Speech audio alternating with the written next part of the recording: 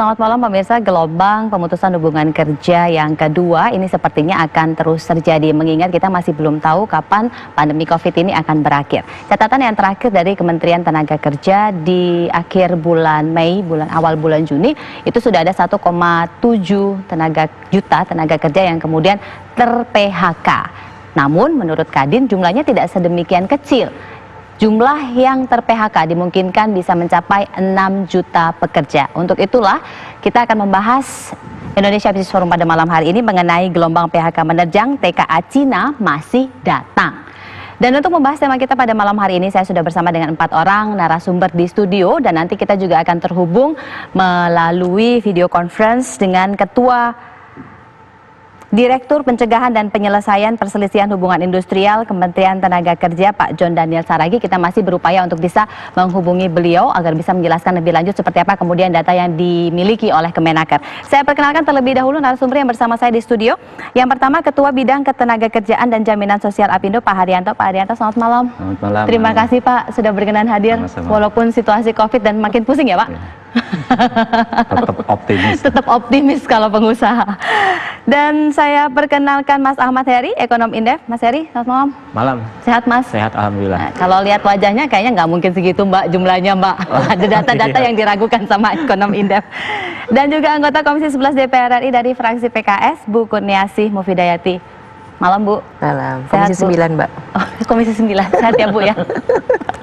Dan Mas Said Iqbal, Presiden Konfederasi Serikat Pekerja Indonesia. Mas Said, ini senyumnya makin lebar. Kenapa? Tapi masih sehat ya Mas? Sehat, walaupun banyak yang sudah mengadu ya Mas ya. PHK di mana-mana. Ter-PHK. Tapi kita coba tanya dulu deh, Mas Said, berapa anggotanya yang melapor ter-PHK sampai sejauh ini catatan? Kalau catatan KSPI dari anggota aja ya, bukan secara umum buruh Indonesia, yang dirumahkan hampir di sektor labor intensif 95 ribuan orang. Yang ter-PHK tidak sebombastis Kadin 6 juta itu sekitar 100 ribuan orang. Ini di sektor manufaktur ya, yaitu labor intensif, misal tekstil, garmen, sepatu. Kemudian sektor pertambangan nggak ada banyak, cuma di sektor kimia, ya. Kemudian di sektor otomotif, elektronik dan komponen, dan juga sebagian di sektor farmasi sudah mulai ada, dan termasuk di sektor telekomunikasi Indosat, dan juga ada beberapa maskapai termasuk Lion Air. Nah, itulah catatan-catatan kami.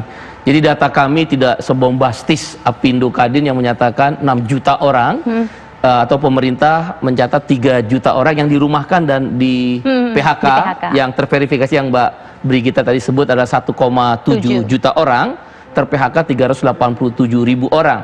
Mungkin lebih tepatnya data itu untuk sektor pariwisata dan turunannya. Misal seperti hotel bintang Melati maksud saya, tapi di bintang 3 sampai 5 kan masih ada juga yang tidak PHK besar-besaran. Banyak kan dirumahkan, atau UMKM. Jadi banyak yang mendaftar dengan, kan data yang dipakai adalah datanya BPJS Naker yang ngambil JHT. Nah, biasa dipakai itu oleh pemerintah. Kemudian data yang mendaftarkan kartu prakerja. Gojek juga bisa melakukan itu. Ya, para transportasi online ya, GrabCar pun melakukan itu. Jadi data pemerintah yang 1,7 juta orang, yang 387 ribu diantaranya ter-PHK, itu perlu dipertanyakan. Karena ujuk-ujuknya tiba-tiba kan yang ditawarkan RUU Cipta Kerja Omnibus Law. Nah, itu kan bagi kita nggak nyambung, jaka sembung bawa golok gitu. Apa yang jadi masalah, apa obat yang diberikan. Seharusnya di mapping. Kalau menurut kami di KSPI, pemappingan terhadap dampak COVID itu terjadinya darurat PHK ada 2. Satu, sektor pariwisata dan turunannya termasuk UMKM, dan juga sektor transportasi online ya, termasuk digital ekonomi. Itu iya.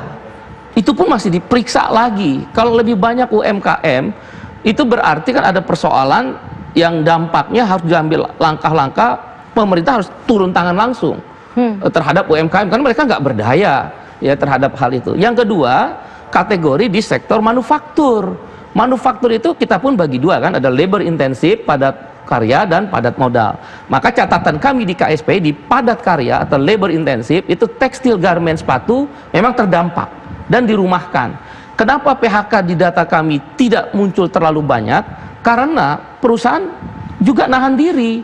Pinter perusahaan dengan keluarnya surat edaran menteri, peraturan menteri yang selalu diminta dikabulkan lah oleh menteri tenaga kerja yang paniknya minta ampun itu, seharusnya kan dilihat.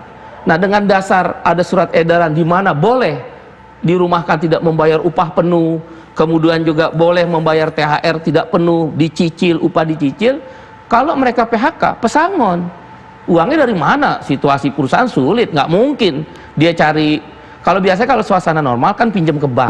Kalau dia melakukan efisiensi terhadap karyawannya. Tapi kan sekarang nggak mungkin, bank juga lagi kolaps kok dalam situasi sulit. Atau kalau dia mau pinjam ke lembaga-lembaga keuangan luar negeri juga nggak mungkin. Bayar juga nahan diri kok.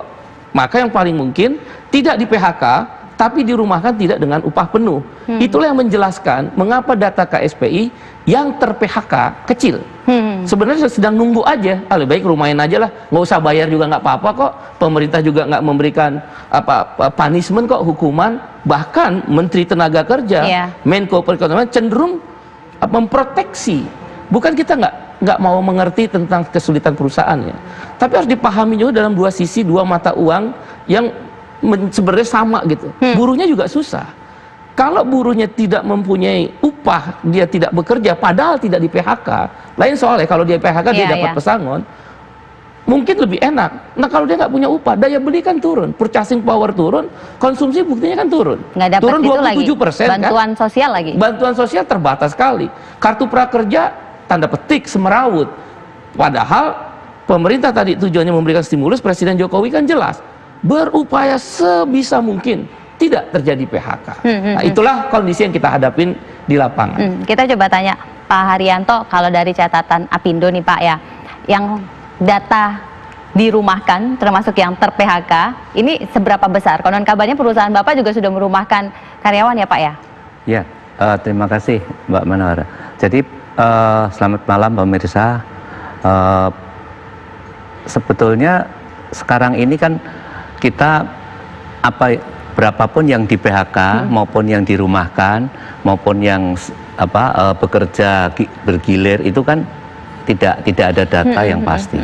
Jadi kita cuma melihat dari berbagai sektor, terutama yang terkena paling dampak besar tadi adalah services seperti hotel, restoran, lalu jasa transportasi, lalu industri yang paling terkena pasti padat karya. Karena yang paling padat karya garment. Nomor satu garment padat karya, kedua sepatu padat karya, lalu makanan, minuman dan lain sebagainya. Jadi retail tuh terkena dampak besar karena tutup berapa juta orang yang terkena retail. Jadi lalu kami memperkirakan bahwa setelah berbicara dengan asosiasi-asosiasi terkait sektor itu, lalu kita keluarlah angka kurang lebih sekitar itu. Tapi yang dirumahkan maupun yang di PHK dan itu tuh masih terus, ini kan berlangsung terus. Dan bisnis itu kan tiap sektor itu recovery-nya menghadapi ini beda-beda. Dan COVID ini kan menghantam semua sektor global. Jadi kalau kita bicara PHK, sebetulnya kita bicara ada opportunity pekerjaan. Kenapa? Dengan COVID ini itu otomatis semua bisnis global akan konsolidasi. Regional global akan konsolidasi. Contoh misalkan sekarang ini pabrik mobil Honda di Filipina tutup, konsolidasi Indonesia. Di sana PHK, di sini opportunity. Lalu Nissan di sini tutup, di Thailand konsolidasi. Jadi sebetulnya ini pasti, ini kan selalu dua sisi. Jadi masalah paling utama sebetulnya sekarang kalau saya pikir ya, itu bukan membahas berapa yang mau di PHK atau berapa yang ter-PHK. Sebetulnya stakeholder semua, tripartit, pengusaha, serikat pekerja, dan pemerintah itu memikirkan sebetulnya yang di PHK ini itu cepat-cepat dicariin kerja. Sebetulnya prinsipnya kan itu yang paling penting, dicarikan pekerjaan, lapangan pekerjaan dengan cara apa? Atau multi skill, mau upskill, reskill, seperti yang terjadi sebelum COVID. Sebetulnya negara-negara lain sudah melakukan itu. Jadi sebetulnya sebelum COVID menghadapi 4.0 itu sudah melakukan itu. Contohnya seperti Malaysia, Thailand, Singapura itu sudah melakukan. Jadi yang mau upscaling, karena PHK tidak terelakkan di dunia retail. Lalu mereka menawarkan itu upskill. Nah, itu sebetulnya kartu prakerja fungsinya kan untuk itu. Nah, tapi kalau sekarang COVID, memang akhirnya lapangan pekerjaannya juga sementara konsolidat dulu. Jadi kalau menurut saya, 6 bulan ke depan ini sampai akhir tahun, itu tidak ada yang bisa mempredik what happen, apa yang akan terjadi. Semua bisnis akan consolidate. Karena mereka semua harus survive, either nasional, regional, global. Pemain-pemain itu akan consolidate, otomatis akan consolidate, dan otomatis kalau dikatakan Jack Ma bahwa 2030 semua akan e-commerce, akan online, dengan COVID mungkin akan lebih cepat. Nah, ini kan udah terbukti, WFH bisa, ini bisa. Jadi saya kira semua itu akan kalau kita melihatnya adalah yang di PHK jumlahnya pasti besar, karena bagaimanapun juga namanya bisnis, dunia bisnis, kalau cash flow-nya tidak ada, pasti akan bagaimana caranya mempertahankan bisnis ini sepanjang nanti survive lagi harus kita hitung. Lalu PHK itu adalah pilihan terakhir, lalu dirumahkan dengan upah 50%, lalu kalau masih panjang dengan upah misalkan 30%, atau cara lain kalau yang punya uang langsung dikurangi, yang masih masa percobaan langsung tidak dipakai dulu. Karena sebetulnya bisnis kita sebelum COVID ini kan sebetulnya membaik.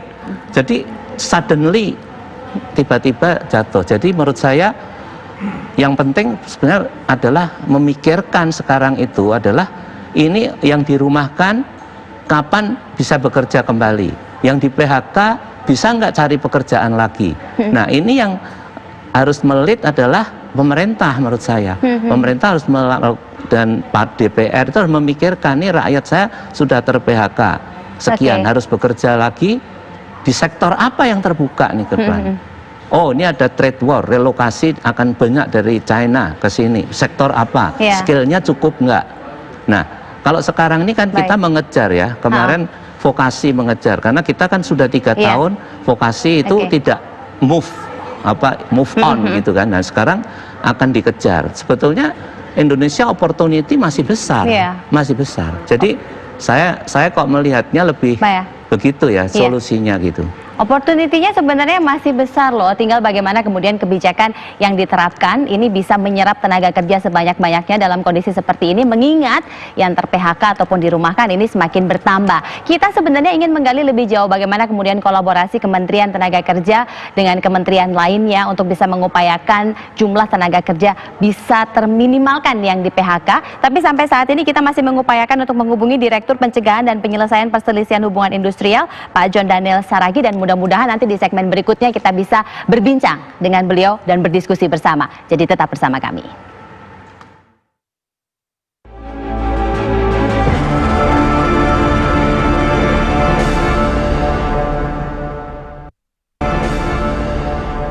Ini opportunity yang besar sebenarnya untuk Indonesia berbenah, paling tidak membuat kebijakan yang bisa membuat pengusaha ini bisa bertahan. Tapi bertahannya seberapa lama? Sebelum saya ke anggota DPR, saya ke ekonom dulu deh. Gimana sih catatannya Indef, Mas, sebenarnya, Mas? Separah apa? Nah, saya tanyanya separah, bukan sebaik apa. Jadi terlepas dari berapapun jumlahnya gitu ya, pasti yang jelas adalah situasi pandemi COVID-19 ini telah membawa implikasi yang luas buat ketenaga kerjaan Indonesia. Di mana dampak yang diterima oleh masing-masing tenaga kerja tentu berbeda. Ada yang dari yang paling parah katakan di PHK. Kemudian dirumahkan dengan upah yang tidak penuh. Tidak penuhnya juga bervariasi. Ada yang 50%, mungkin 20%, atau bahkan tidak dibayar sama sekali. Kemudian juga yang masih tetap bekerja juga kena juga dampaknya, yaitu penurunan income. Katakanlah variable income-nya jauh berkurang. Nah, jadi dampaknya ini luas. Nah, implikasinya apa? Implikasinya adalah jelas ke daya beli secara total. Daya beli masyarakat, konsumsi agregat secara makro kita pasti itu akan cukup terpukul. Nah, di triwulan 1 ini kan juga sudah terlihat angkanya pertumbuhan konsumsi rumah tangga kita ini terpangkas hampir separohnya. Dari yang biasanya di atas 5, triwulan pertama itu sekitar 2,8%. Nah, ini sudah terlihat implikasinya. Nah, situasi itu tentu berlanjut ya di triwulan kedua, dan bahkan juga kemungkinan akan terus berlanjut di triwulan 3. Nah, ada gelombang kedua yang itu dikhawatirkan akan terjadi ya, karena kalau kita lihat pembatasan yang mulai dilonggarkan ketika memasuki bulan Juni itu sepertinya belum mengangkat ekonomi, tapi yang ada malah dari sisi kesehatannya, malah jumlah kasus positif itu yang banyak. Jadi ekonominya nggak terangkat, ya tidak terlihat terangkat, tapi justru kasus barunya makin banyak. Nah, tentu ini harus disikapi oleh pemerintah secara serius ya, bagaimana kebijakan di sisi kesehatan ini juga bisa berjalan efektif tentunya untuk mendukung pemulihan ekonomi, karena saat ini kesehatan ini menjadi aspek penting dalam ekonomi, jadi tidak bisa dilupakan atau tidak bisa kita melakukan kebijakan yang hanya memperhatikan satu sisi saja, ekonomi saja, tapi juga perlu diperhatikan sisi kesehatannya. Kalau kita lihat negara-negara lain, dia yang diurus pertama kali adalah sisi kesehatannya, sehingga walaupun saat ini resesi mereka, nah dia udah siap untuk pemulihan. Nah kalau kita sepertinya belum, jadi sisi kesehatannya masih belum selesai, tapi kita juga mau segera melakukan pemulihan ekonomi, ya itu sangat sulit karena kesehatan ini jadi aspek penting dalam ekonomi. Nah ya implikasinya ke PHK, ya ke daya beli merosot, kemudian juga ketika nanti sudah katakanlah sudah mulai reda COVID-19-nya, nah ini tentu ada adaptasi lagi. Ya, di mana akan diprediksi ya terjadi perubahan perilaku perusahaan dalam melakukan permintaan tenaga kerja. Katakanlah ada skill-skill atau keahlian-keahlian yang yang diminta oleh perusahaan yang itu berbeda dengan situasi sebelum COVID. Nah, inilah yang perlu dicermati oleh pemerintah.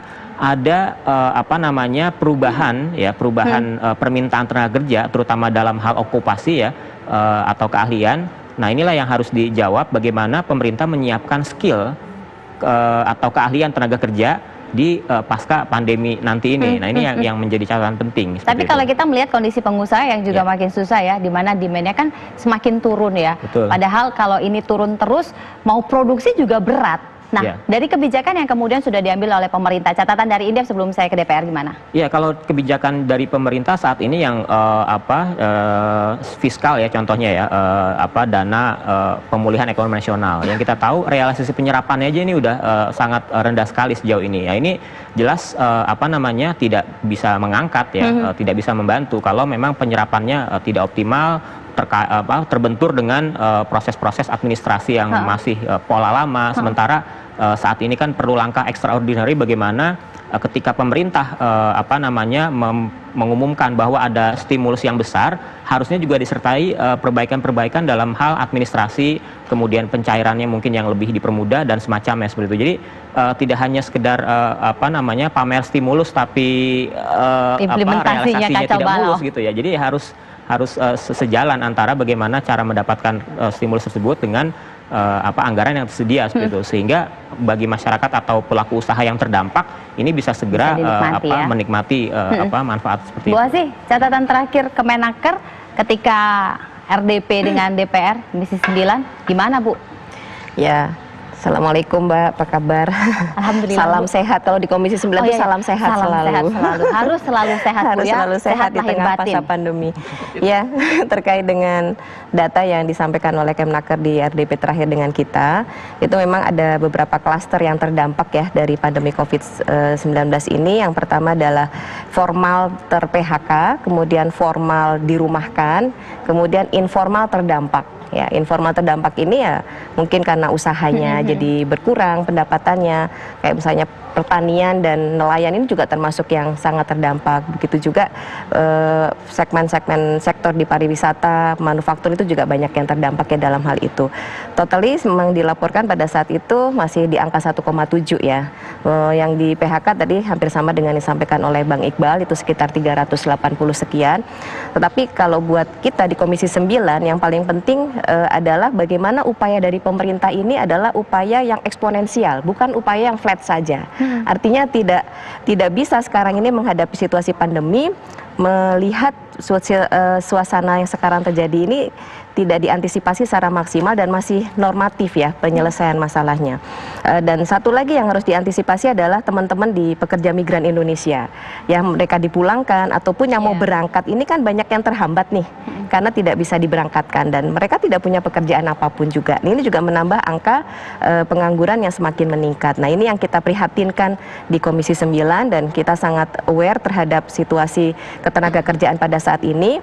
Saya rasa nanti ke depan, dan bukan hanya ke depan ya, tapi dari sekarang ini pemerintah harus mulai melakukan upaya-upaya eksponensial atau kuantum lompatan lah, sehingga mudah-mudahan bisa membantu teman-teman pekerja yang terdampak pandemi ini, baik yang ter-PHK, yang dirumahkan, dan memberikan stimulus itu tadi sampaikan oleh Bang Heri ya dari Indef, itu memberikan stimulus ini harus tepat sasaran ya, karena kalau tidak hanya sekedar memberikan stimulus begitu saja tapi tidak bisa merekrut kembali ataupun mengaktifkan kembali teman-teman pekerja untuk bekerja kembali ataupun memberikan stimulus untuk mereka bisa berusaha walaupun usaha kecil-kecilan, ini yang harus benar-benar dibenahin secara komprehensif.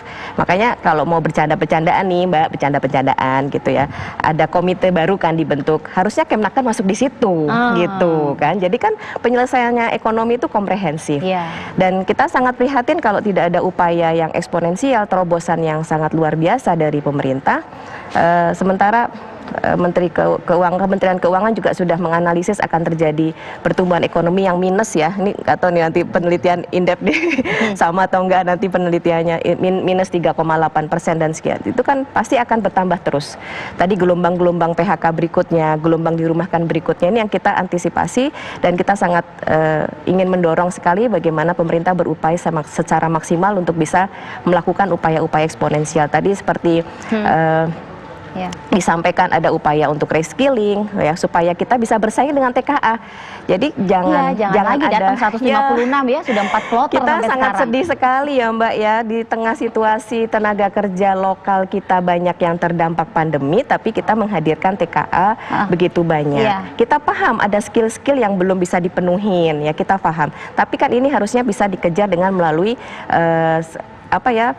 pelatihan-pelatihan, ya reskilling, ya upskilling tadi disampaikan, itu harus ada. Dan yang paling mendasar saat ini adalah mungkin memang alokasi dana. Ini harus jelas dan tepat sasaran. Dan sedikit tadi menyambung tentang Bang Iqbal, kalau ini kan pejuang RUU Omnibus nih, apakah menjadi solusi gitu ya Bang Iqbal ya? Saya kira juga ini mungkin harus dipikirkan juga oleh pemerintah dan disikapi bahwa pembahasan Omnibus Law yang dipaksakan untuk bisa selesai dalam waktu dekat untuk apakah ikut menyelesaikan permasalahan dari ketenaga kerjaan ini? Nambah masalah. Nambah masalah. Nambah masalah. Itu kan menurut Bang Iqbal. Tapi kita nanti coba tanya lagi lah sama Bu Asih, apakah sebenarnya juga sudah mendapatkan laporan berkaitan mengenai datangnya tenaga kerja asing asal China ini, dan sebenarnya skill apa sih yang tidak kita miliki sampai kita ini dikala banyak pengangguran masih harus mendatangkan tenaga kerja asing? Sesaat lagi tetaplah bersama kami.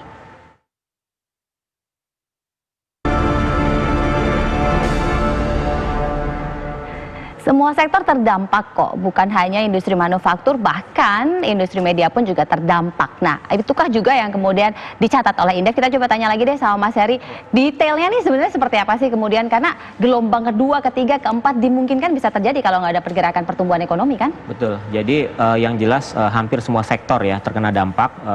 Mungkin ada beberapa subsektor yang dikatakanlah dia menjadi sektor-sektor yang mengalami permintaan yang cukup tinggi di masa pandemi ini, seperti contohnya mungkin sektor-sektor alat kesehatan ya, makanan. Nah, itu permintaannya masih cukup tinggi, sehingga ini menjadi peluang gitu ya bagi sektor-sektor yang lainnya untuk mungkin bisa pindah ya sementara ke sektor-sektor yang saat ini permintaannya sedang tinggi seperti itu.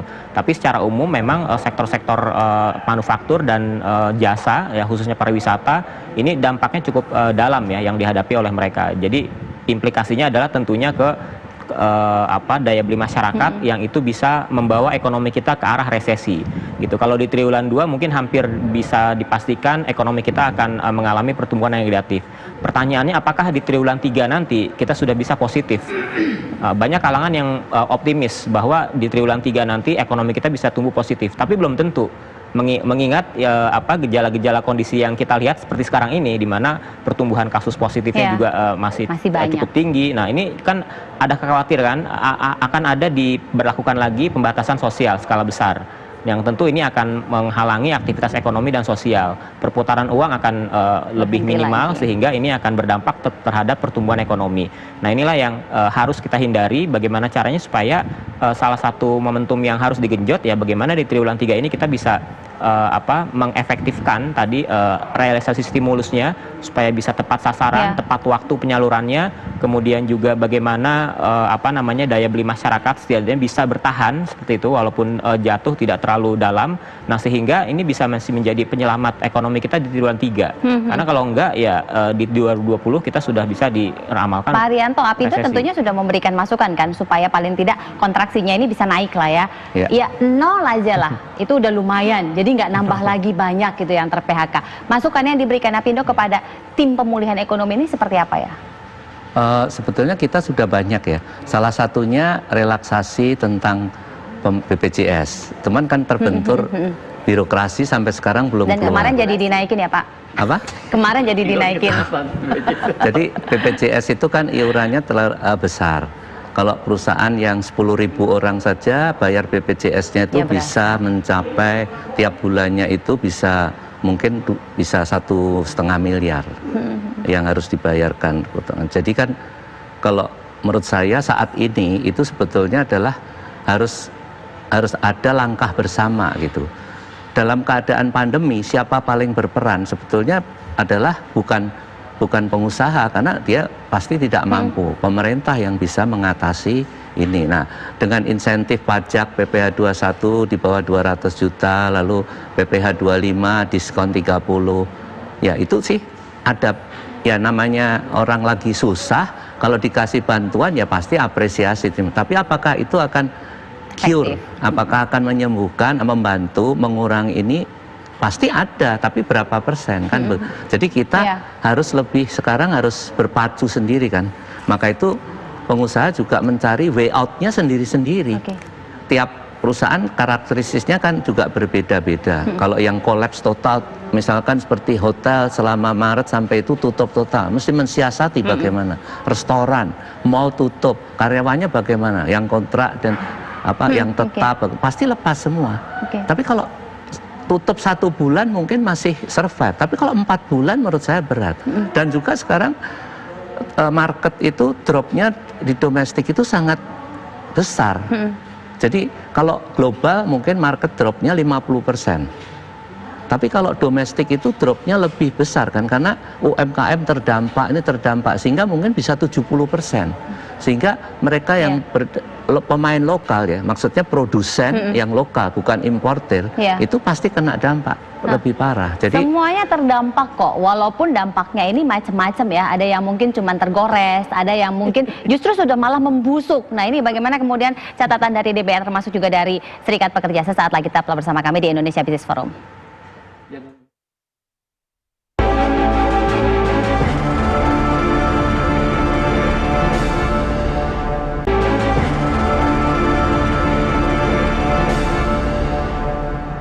Kita coba catatan masukan dari buruh ini sebenarnya seperti apa sih keluhan-keluhan yang pernah disampaikan, Mas Said? Saya ambil satu data aja ya.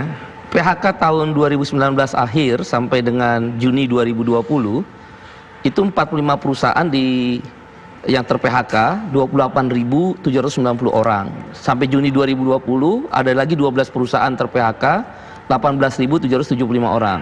Potensi PHK kan dia sudah berunding dengan serikat buruh.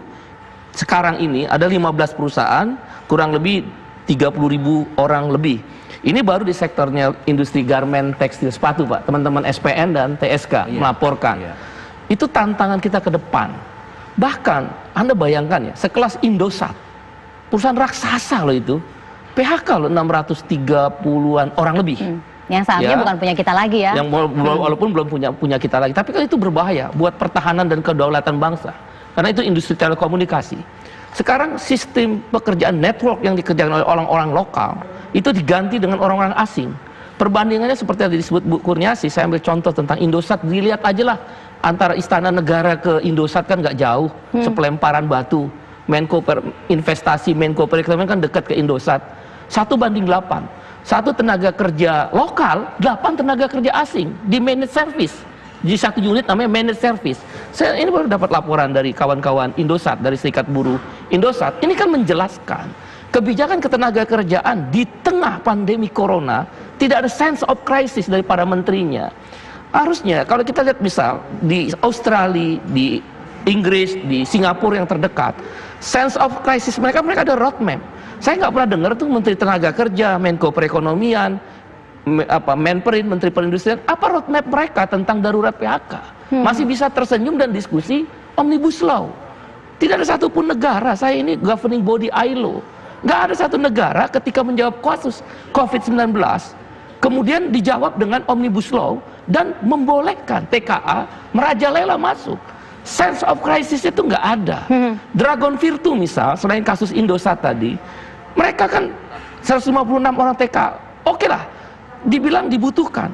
Kita nggak pernah tahu sektor pekerjaan mana, DPR aja datang ke sana, atau DPRD, mana sih yang benar-benar nggak bisa dikerjain oleh orang Indonesia.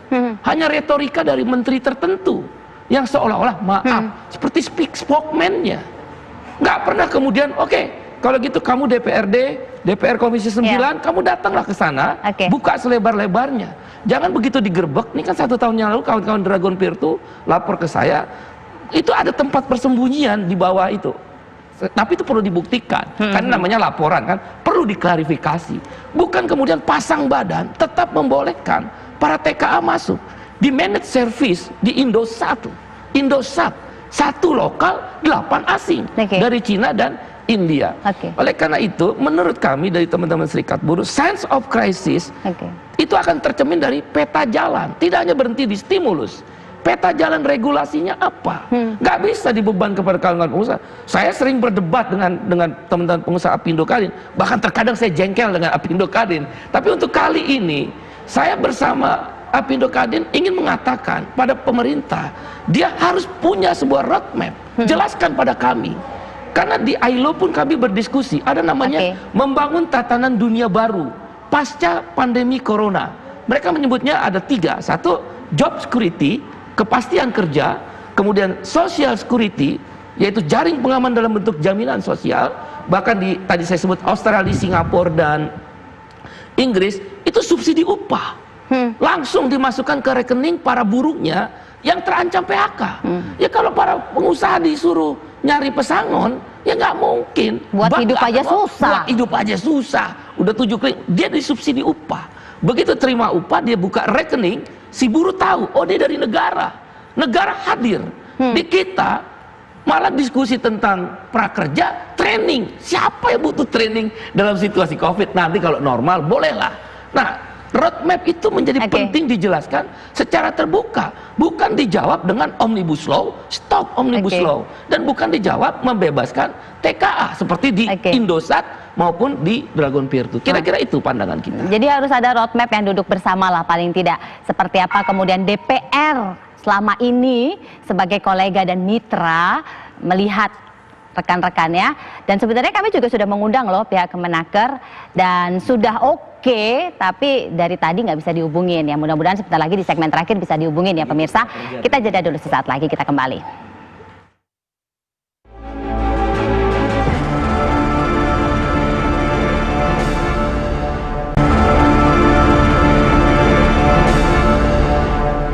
Lalu kira-kira apa ke depan yang harus dilakukan supaya gelombang pemutusan hubungan kerja ini bisa terminimalkan? Kita coba tanya Bu Asih dulu sebelum kemudian yang lainnya akan closing statement. Silakan Ibu. Ya, ini mesti duduk bersama dari semua stakeholder ya Mbak ya. Terutama mengatasi dari sisi kesehatan terlebih dahulu. Karena bencana yang sedang kita hadapi saat ini adalah musibah kesehatan. Jadi kesehatan ini harus diatasi supaya COVID-19 ini benar-benar bisa segera pergi dari Indonesia, sehingga pemulihan ekonomi juga bisa segera dilakukan percepatannya untuk tidak minus lagi, tapi bisa sampai ya minimal bisa positif sedikit-sedikit, itu pertumbuhannya bisa lebih baik. Karena salah satu indikator dari kesejahteraan masyarakat ataupun rakyat Indonesia itu kan kesehatan. Dan kesehatan ini menjadi satu hal yang sangat urgen. Karenanya harus duduk bersama semua stakeholder, semua kementerian, supaya dari hulu ke hilir secara komprehensif ini bisa diselesaikan. Termasuk Kemenaker jangan ditinggal ya, Bu. Betul. Dan misalnya ya salah satu contoh dalam pengelolaan kebijakan, mengeluarkan regulasi ini kita sangat mendorong sekali ya, dan berapa kali kita sudah memberikan masukan untuk satu kata, satu arah, yaitu untuk menyelesaikan persoalan pandemi ini dan recovery ekonomi. Bagaimanapun juga walaupun recovery ekonomi ini menjadi penting, tapi kesehatan ini kan menjadi pengikut. Seperti tadi sampaikan oleh Pak Heri, kalau angka positifnya terus meningkat sehingga ini membuat satu kebijakan nanti jangan sampai ya ada lockdown dan sebagainya, itu kan ekonomi juga yang akan berdampak. Karenanya first thing first-nya ini harus duduk bersama. Jadi harus ada dari hulu ke hilir step-stepnya ataupun tahapan-tahapan yang akan diselesaikan, dan harus ada regulasi yang terpadu, yang satu dengan yang lainnya tidak saling bertentangan, tapi menjadi satu kesatuan yang bisa saling mendukung dari satu kementerian dengan kementerian yang lain.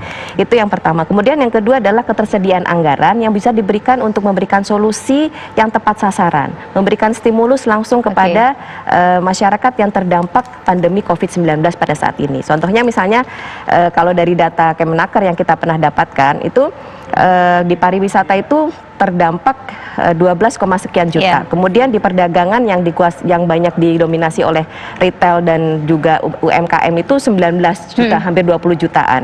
Belum lagi pertanian yang informal. Dan banyak sekali yang lebih banyak itu terdampak adalah informal. Nah, UMKM ini perlu diberikan stimulus gitu ya, supaya teman-teman yang tadi dirumahkan, yang terdampak PHK itu dengan UMKM inilah mungkin mudah-mudahan bisa memulai pertumbuhan ekonomi. Dan rasanya ini saatnya buat bangsa kita membangun kekuatan ekonomi dari UMKM dari bangsa kita sendiri gitu, seperti itu. Bersatu untuk maju gitu ya, Bu ya. Gitu. Bapak-bapak, kita masih punya sisa waktu sekitar 4 menit. Mungkin closing statement dari masing-masing bapak-bapak. Kita mulai dari pengusaha. Silakan Pak Arianto. Ya, saya kira seperti tadi saya sudah sampaikan, dan kita saat ini yang harus kita pikirkan adalah bagaimana memikirkan supaya yang ter-PHK bekerja kembali, lalu memikirkan supaya investasi baik lokal itu bisa segera punya confidence. Jadi pemerintah harus bisa memikirkan bagaimana supaya konsumsi di dalam negeri, UMKM-nya bangkit sehingga ada daya beli, lalu create job, formal employment harus segera diberikan insentif. Jadi menurut saya itu jalan satu-satunya untuk cepat meng-create pekerjaan dalam sehingga BPJS pun juga tidak berkurang iurannya, dan ke depan menurut saya recovery daripada COVID ini masih tidak pasti kapan, uncertain. Jadi situasinya kan sekarang uncertainty, instability, dan juga unpredictable. Berarti kan sekarang ini pengusaha harus berhitungnya cermat. Mereka yang gegabah udah pasti akan lebih terjerumus. Maka itu ini perlu ada satu partner ya yang baik, dan semua stakeholder tadi Ibu dari anggota DPR sudah menyatakan bahwa semua stakeholder harus duduk gitu kan. Jadi termasuk serikat pekerja harus konstruktif, harus ini semua, sehingga kita ini membangun satu environment yang positif ke depan gitu. Harus positif. Mas Said Iqbal. Satu, saya ingin mengutip apa yang disampaikan oleh Presiden Jokowi yang mengatakan bahwa kita harus tetap optimis di tengah pandemi dan pasca pandemi. Beliau mengatakan, Direktur IMF, International Monetary Fund, 3 negara yang akan pertumbuhan positif tetap pasca pandemi. Menurut beliau, ketika kami diundang ke istana diajak Bung Andi Gani. Satu, Cina 2-3%, India 1,7% pertumbuhan, dan Indonesia 0,5%. Kita setuju. Yang kedua, oleh karena itu fokus kepada 2 hal, yaitu bagaimana memastikan pandemi corona ini ada strategi agar tidak terlalu meluas, tidak meningkat secara dahsyat. Kita sudah lihat ada upaya pemerintah, tapi secara bersamaan strategi pasca pandemi harus dijelaskan. Roadmap peta jalannya apa? Nah, yang kedua yang harus diperhatikan, darurat PHK. Sudah terjadi PHK di depan mata. Kalau pariwisata dan turunannya itu mungkin UMKM tidak terlalu terasa, tapi begitu manufaktur, apalagi Hino, pabrik mobil udah mulai stop produksi, Honda stop produksi, Toyota mulai mengurangi produksi, kemudian bank-bank juga mengalami pengurangan jam kerja. Kemudian pabrik elektronik sekelas Panasonic mengalami stop produksi. Oleh karena itu, siapkan strategi untuk darurat PHK. Yang terakhir, stop Omnibus Law, hanya menambah masalah. Jangan lanjutkan pembahasan Omnibus Law, dan jangan sampai biarkan TKA menguasai lapangan pekerjaan di tengah pandemi corona yang krisis PHK. Singkat saja. Oke. Ya, jadi peluang tetap ada ya. Contohnya ada beberapa perusahaan asing yang ingin relokasi ke Indonesia gitu. Tapi sayangnya kan bukan cuma kita yang ingin promosi investasi, negara-negara tetangga juga ingin ya menjadi tujuan atau sasaran relokasi dari mereka. Nah, oleh sebab itu kita harus bersaing bagaimana mendatangkan dalam hal ini katakanlah penanaman modal asing, karena ini kan kesempatan untuk membuka kembali lapangan kerja lebih banyak. Nah, sehingga peluang-peluang itu juga tetap harus kita kejar. Nah, tapi tantangannya adalah penyediaan tenaga kerja yang skillnya memenuhi permintaan dari investor tersebut. Nah, itulah yang harus dijawab. Salah satunya adalah mungkin ya dari program kartu prakerja itu yang harusnya menyediakan tenaga kerja yang memang nantinya yang akan dibutuhkan oleh sektor-sektor dunia usaha di masa yang akan datang. Seperti itu bukan hanya mendatangkan TKA yang tidak ada roadmap yang jelas sampai kapan gitu ya, tidak ada transfer knowledge yang jelas, tidak ada kepastian mengenai transfer ilmu dari TKA ke tenaga kerja lokal kita. Nah, sehingga tidak ya ke depan tenaga kerja kita tidak makin buram kehidupan ini kayaknya. Tidak mengalami upskilling yang signifikan. Ya, terima kasih Mas Heri, terima kasih Pak Arianto, terima kasih Bu Asih, terima kasih Mas Said Iqbal. Intinya kita semua berharap tidak terjadi PHK yang besar-besaran ke depannya karena kita tidak tahu pandemi ini kapan akan berakhirnya. Satukan visi, atasi pandemi supaya kita bisa menghasilkan regulasi yang terpadu. Saya Brigita Manuhara pamit, selamat malam, sampai jumpa.